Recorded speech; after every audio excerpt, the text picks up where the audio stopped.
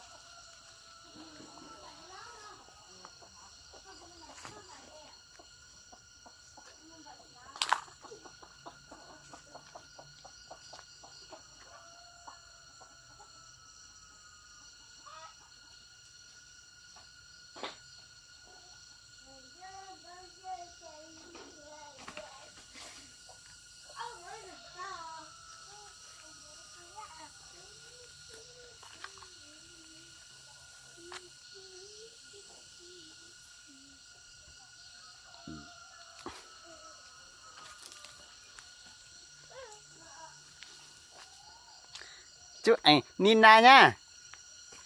Nha. Lâu mà chẳng con chú con gấp đồng cái đâu.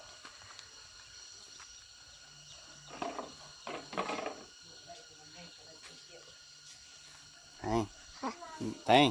Sepuluh besar đây. Kasih ăn rồi ha.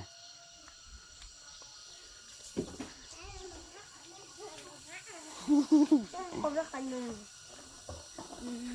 nước sôi Không sai.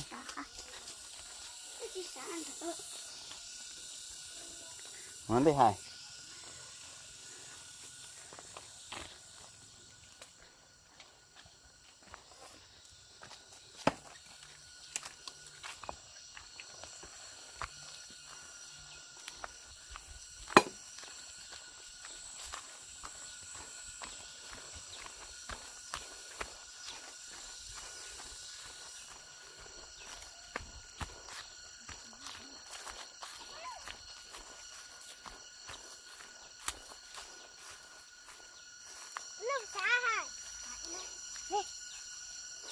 Thấy nước vào chưa? Nào, nè à.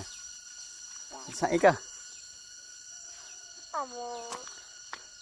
Mama nha. Mama nha. Ui kìa. Nha nó tụm tiền được nha. Con nha tập nha. Hết 10 besar. Mama ho.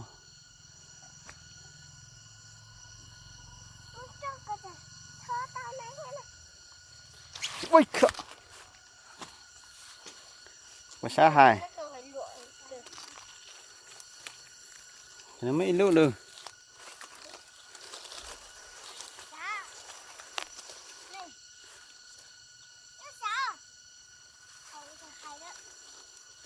Ô, sợ đó hả nó Hải ơi.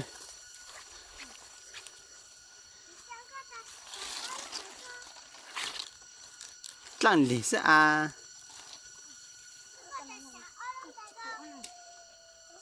Ừ. Ừ. Ừ, nó là này. Nè. Dạ. Sát cỡ. Ôi da.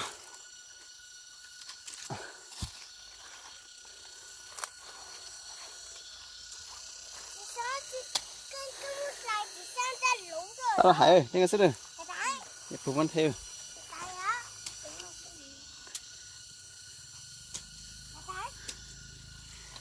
Cúi ở chân này một sai chỉ cổng nữa, nó chỉ cũng nhẹ ha, nhẹ tia cho nữa. Giờ chỉ còn ăn chỉ cờ theo này sai nữa. Tôm nhẹ xí lướt nó. Hãy cờ thế nữa, này sai nữa.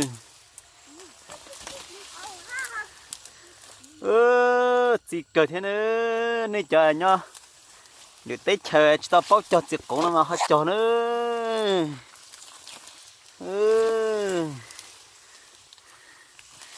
Hải ơi, mang của chú đây nhá. Mang về trên này đi. Chị cờ đấy sao nữa. À.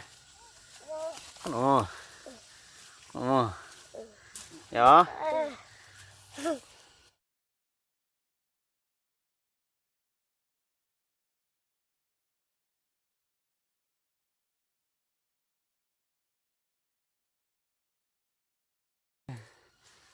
To là chịu rồi thiên ơi. Sao nữa. Này cho tao cho này. Chế luôn đi. Bánh lúc đi. Thôi về thôi. Đồ ăn rồi.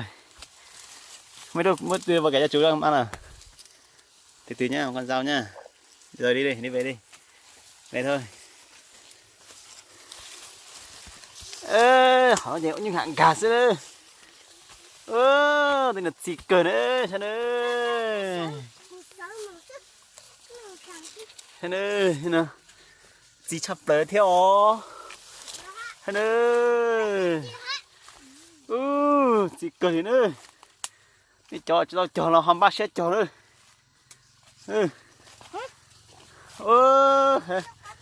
Nó chỉ cờ thế nữa. Ý em ba tao nhẹ sinh thần ơi.